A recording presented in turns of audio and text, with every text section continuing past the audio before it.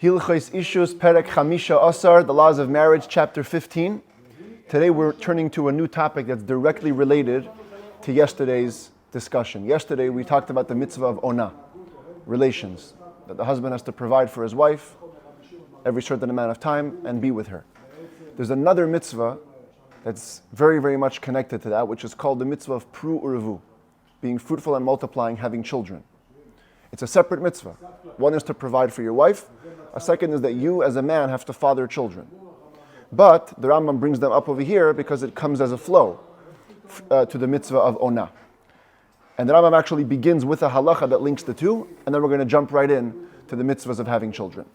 Halacha Aleph, ha'isha shehirsha says baila, achar hanisuin, sheyimna oinasa. After a marriage, man and woman are already married, and the woman says, you know what? No need anymore for you to be with me. I don't need you to provide for me the ona. Hareze mutar. Says the Rambam, it's allowed. Biblically, it's allowed. Bamed dvarim amurim. When do we say this? When is it allowed for a woman to, in the middle of a marriage, stop desiring this ona?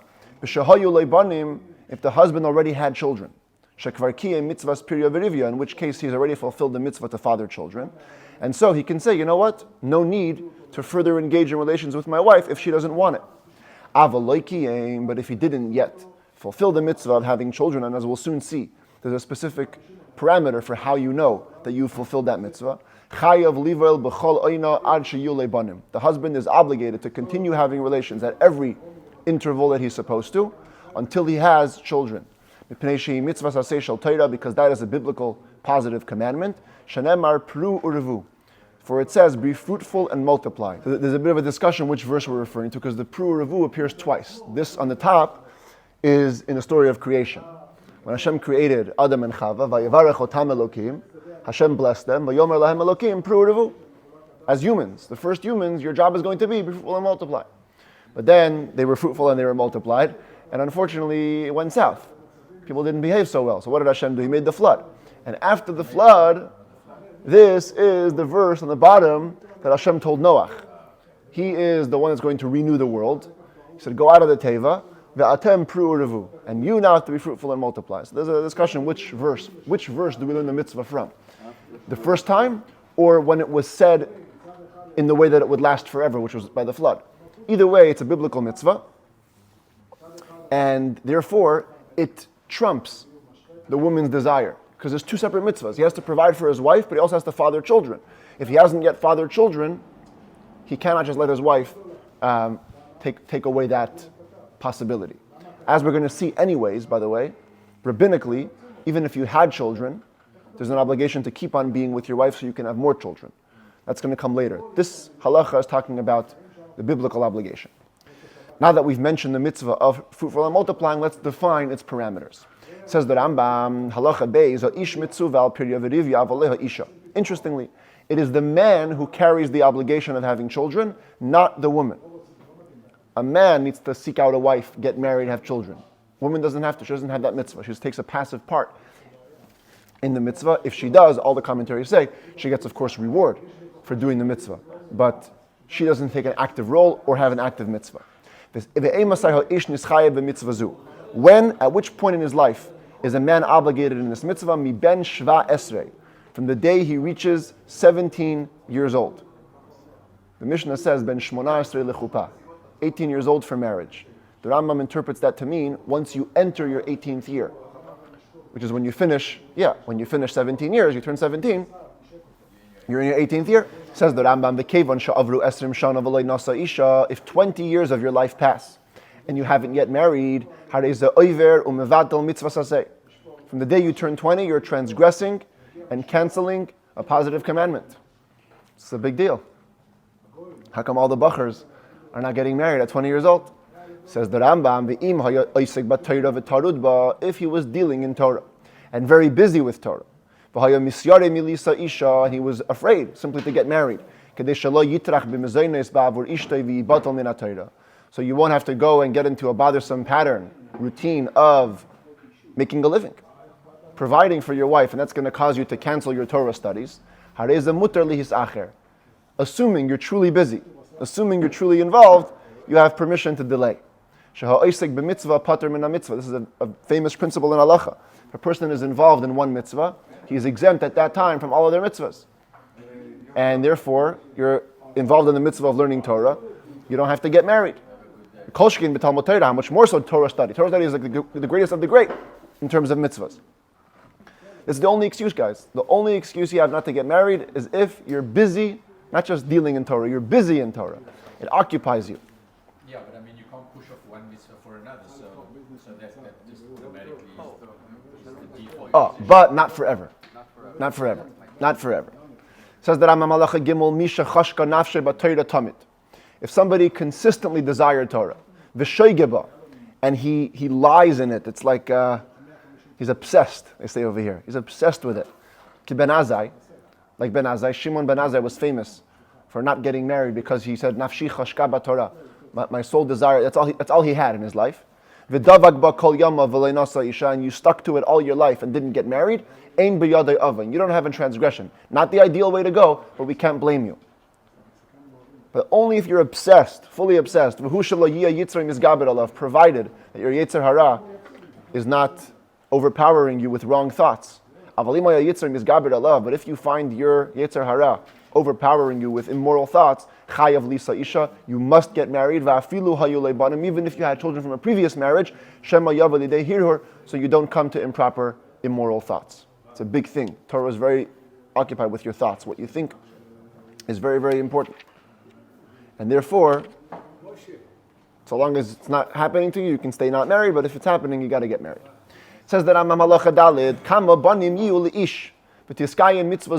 how many children do you have to fulfill the mitzvah of having children? It says very good. It says that Rambam Zachar u'Nekeva, one male, one female. Shenemar, as it says, Zachar u'Nekeva bira'am. This is the verse. Torah is recounting the creation of man. It says Hashem created them male and female, and He blessed them, etc. So from there we learn that you also have to create a male and a female. Haya haben saris, Aisha Haisa habas islandis. But if the son or the daughter that you reproduce are themselves impotent, the son cannot have children. The daughter is barren, loikiyim mitzvazu. You haven't fulfilled the mitzvah.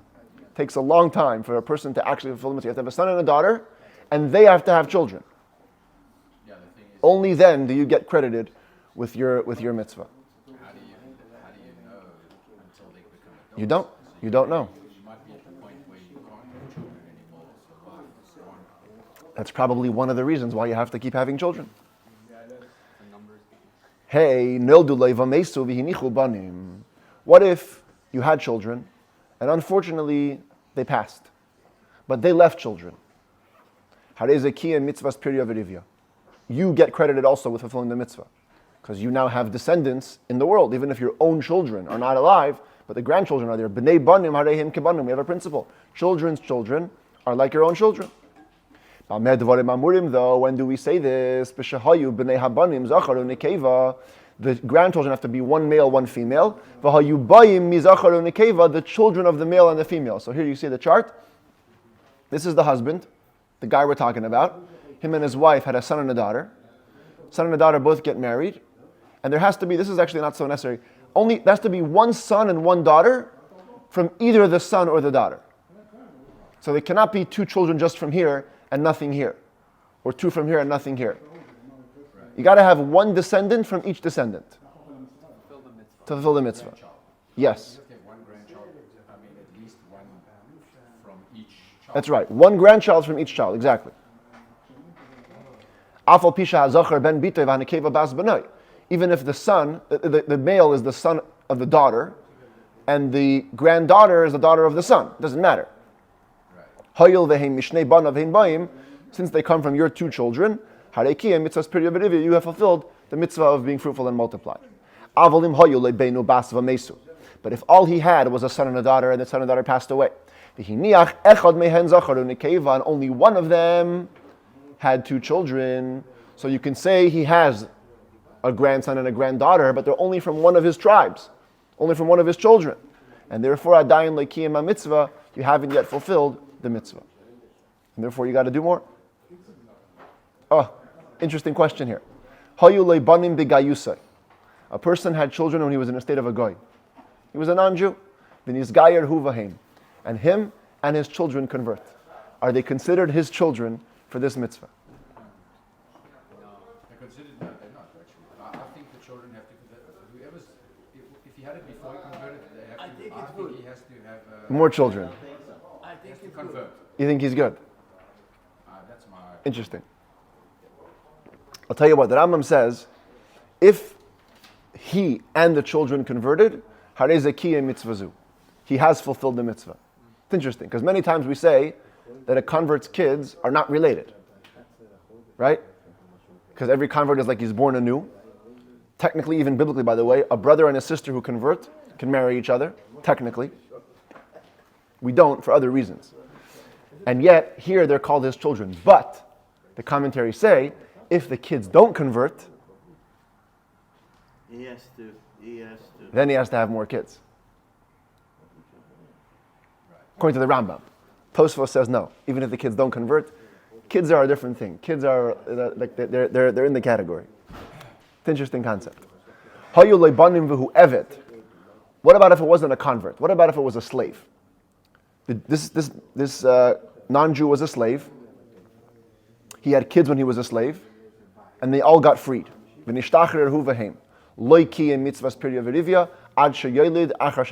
Here, fascinatingly, he hasn't fulfilled the mitzvah. Slave of a Jew. This is not a. The slave himself wasn't Jewish. Yeah. This is a non-Jewish slave who had kids under the jurisdiction of a Jew. The Jew frees him. The law is he becomes a full Jew. Nevertheless, his kids aren't considered to be his kids in this case. Slaves don't have pedigree. Their kids don't follow their lineage. So he has to have new kids, more kids, after he's freed.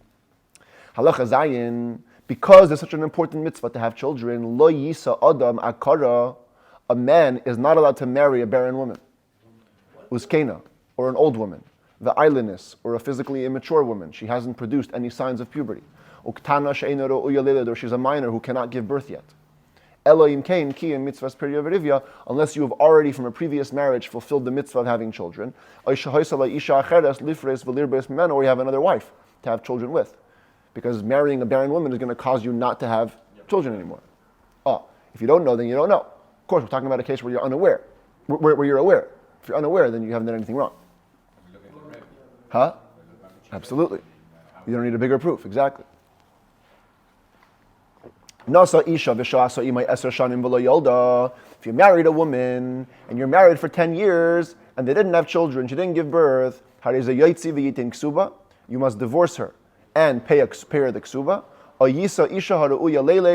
or marry another woman who's fit to have children. Says the Rambam, so extreme. If you didn't want to divorce the woman after 10 years, we force him, and we hit him with a rod until he divorces her. Yeah, but how does he know it's not him? Good question. First of all, I should point out right here, the commentaries disagree with the Rambam. See, the custom today in the present age is that if the couple wants to stay married, they can stay married. We don't force anybody out of any marriages. There are actually rabbis even today that after 10 years have divorced their wives, but there are many that didn't. So what about the mitzvah proof? You say, Hashem didn't give me the merit. The im amar, if the husband says after 10 years, Eini bayala, I'm not having relations with her anymore. I'll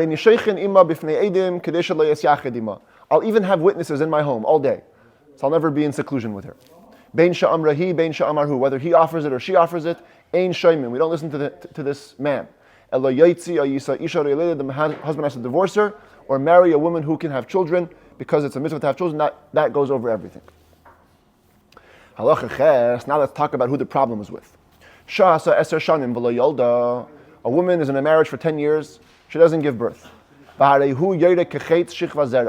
the husband releases semen like an arrow. It's an expression where it's healthy. He's potent. The presumption of the sickness is hers. And the husband can divorce her without giving a ksuba because she doesn't fit the qualifications. He's healthy, she's not. But the additional money that he promised her, she does get. Remember, there's a 200, 100 mainstay, and then an additional promise part of the ksuba. The addition she does get. She shouldn't be any worse than a regular barren woman who you were unaware of. sheyesh la tesefes kamei sheyizbar, who, as we will explain, receives the additional part of the ksuba. So a regular wife who was married for 10 years also, even if the sickness is from her, at least give her the tosefet. But if the husband isn't releasing semen like an arrow, the presumption is that he's the cause. The sickness is his, he's impotent. He has to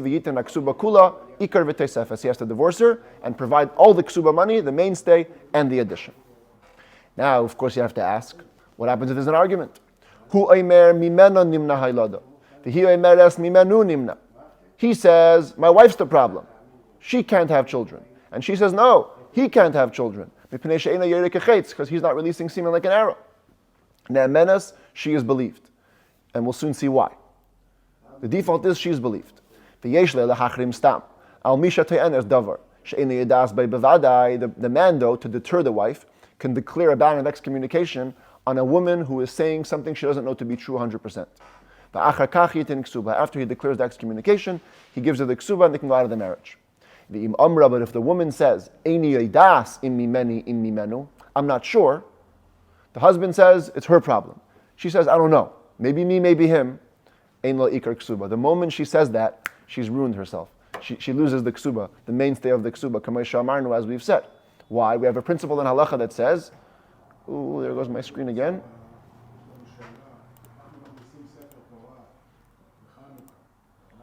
Excuse me.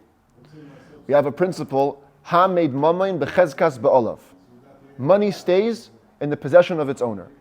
If there's an argument over money, and somebody right now is holding on to it, it stays there. Unless she can say with certainty that he's not releasing semen like an arrow, that's a reason already to listen to her. But by default, if she's unsure, money stays by its owner. Why indeed is she believed? Why does she have the prerogative to say, yes, he's releasing semen like an arrow, he's not? Because she can feel it. How he releases the semen. The man doesn't feel. We aren't as attuned as the women are. She can feel it, and therefore she'll say yes or no. And therefore, if she's talking with certainty, she's believed. A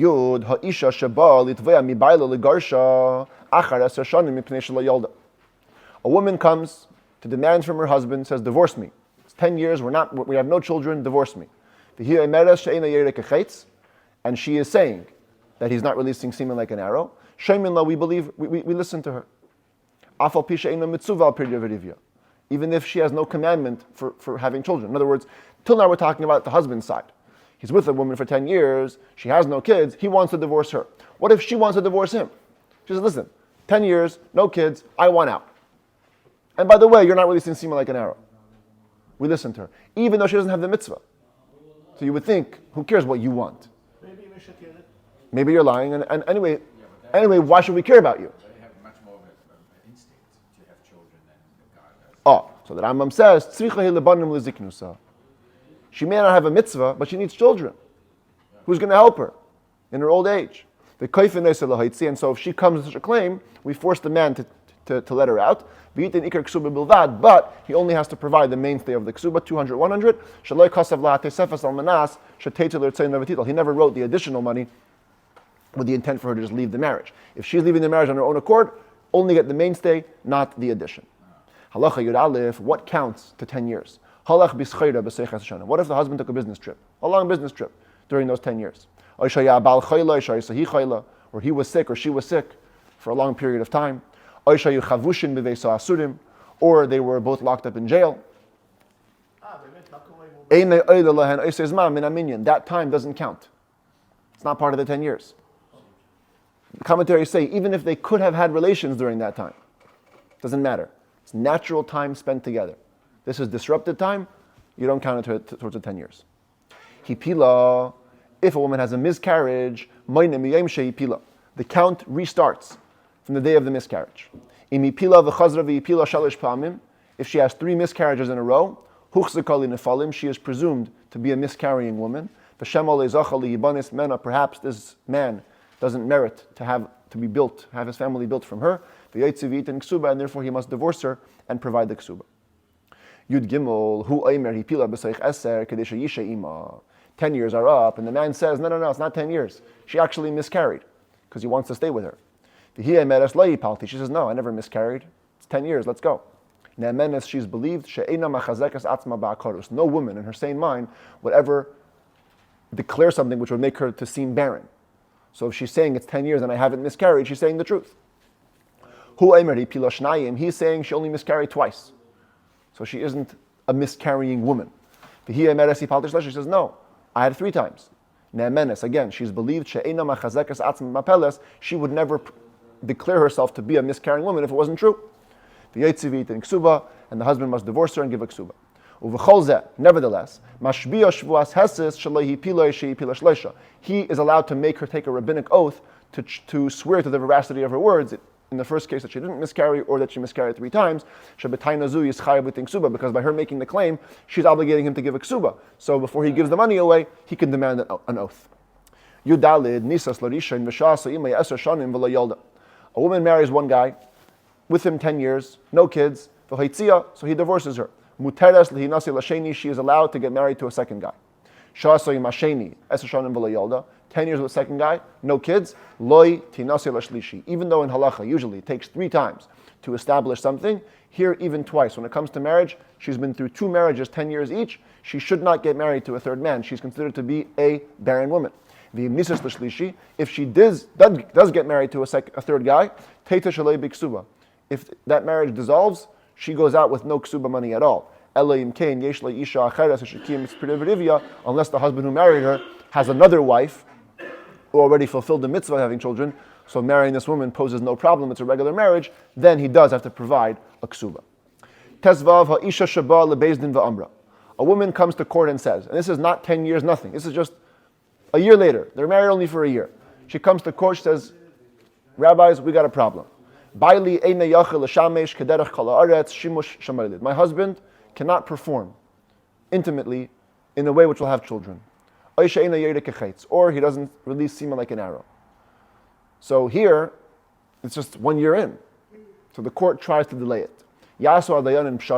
The judges should make a compromise. We tell the woman, it's proper that you should wait 10 years. Stay with the marriage. Wait 10 years, see if you don't have children. And only then come back and demand a divorce. By the way, today, when we have scientific ways to ascertain this stuff, you would of course do that. A woman is claiming something, go check it out. But in those days, it wasn't so available. So they would say, stay the 10 years, see if you can last a decade, and then come back. We really roll with her, which means we really try to convince her about this. We don't force her to stay in the marriage. If she wants out, she can have out. We don't force her. Neither do we treat her like a rebellious woman. If she says, look, my husband's not with me, I don't want to have relations with him anymore, we don't call her a rebellious woman. We just prolong the discussions until they can come up with some kind of compromise. And now the Rambam concludes the chapter on some more ethical thoughts in relationship between husband and wife. Even though a person fulfilled the mitzvah of having children, so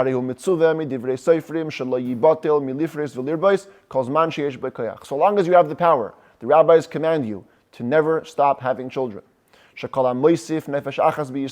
Because anybody who adds one soul among the Jewish people, it's as though you have built a world. In Talmud it says you should keep having children because you don't know which one's going to be good. Which kid will turn out? Which kid will turn out good? But the Rambam switches it out because he understands that this mitzvah from the rabbis is a direct continuation of the biblical mitzvah. It's not like you're not sure if you did it right, so keep on having. Maybe it's not fully complete. Even if it's complete, you did the mitzvah. As a continuation of that, have more children. Why? Every additional child fulfills the purpose of the mitzvah of having children, building the world. How come Hashem told Adam and Eve, have children? To build the world. Every time you have another child, a new world is built. It's also a commandment from the sages, no man should ever stay single without a woman. So he shouldn't come to improper thoughts. Neither should a woman stay single without a man, so she should not be suspected to be a prostitute. Yud Zayin, while you're married, it's an obligation upon a man to consistently admonish or warn his wife against making any immodest relationships. This is not a case where he suspects anything. A regular husband and wife, part of the relationship between you, part of Hilchot Ishut, laws of marriage, is to keep on being her role model in that way. Honey, stay out of these things that can lead you to the wrong places. Amr Chachamim, the sages said, no man admonishes his wife unless he has a spirit of purity in him. It's a good thing. It's a good character trait. Of course, you don't warn her too much. You don't want to overstep your boundaries, but stay in your lane and educate. Be the rock, be the role model around which she conforms. Never rape her. Never have relations against her will. With her consent, from conversation and joy. The woman also the sages tell the woman, she should be modest in her home. Shouldn't be too jesting or too joking in front of her husband. She shouldn't demand relations with her mouth, nor to talk too much about it. Never withhold relations to pain him, even if it's with the right intent. I want him to love me more. No, she should oblige him whenever he wants. She should stay away, keep her distance from his relatives and household members, so no spirit of jealousy will enter the husband. Stay away from any scandalous or problematic situations. You don't want to be caught in suspicious activities. The sages also command us, a man should honor his wife more than his own body. And the Rebbe says, we're talking about a guy who obviously honors his own body. A person that respects his body. You have self-respect. Your wife, treat her with even more respect. Love her like your body. If you have more money, make things better for her as you can afford. Never put on too much fear over her. Speak with her pleasantly. Shouldn't be too depressed or angry with her. Be upbeat, be light, keep the mood optimistic and good. And again, the sages commanded the woman also, she should honor her husband very much. She should also have a respect and almost an awe of him. And act in all her ways based on his instruction. He should be in her eyes like a minister or a king. Following his desires and distancing whatever he hates. This is the way that Jewish girls and Jewish men who are holy and pure in their marriage, this is the way they follow. And these ways will make their marriage pleasant and beautiful. The Rebbe once had somebody come into his office and complain. He says, Rebbe, my wife doesn't treat me like a king. So the Rebbe says, and do you treat her like a queen? She says,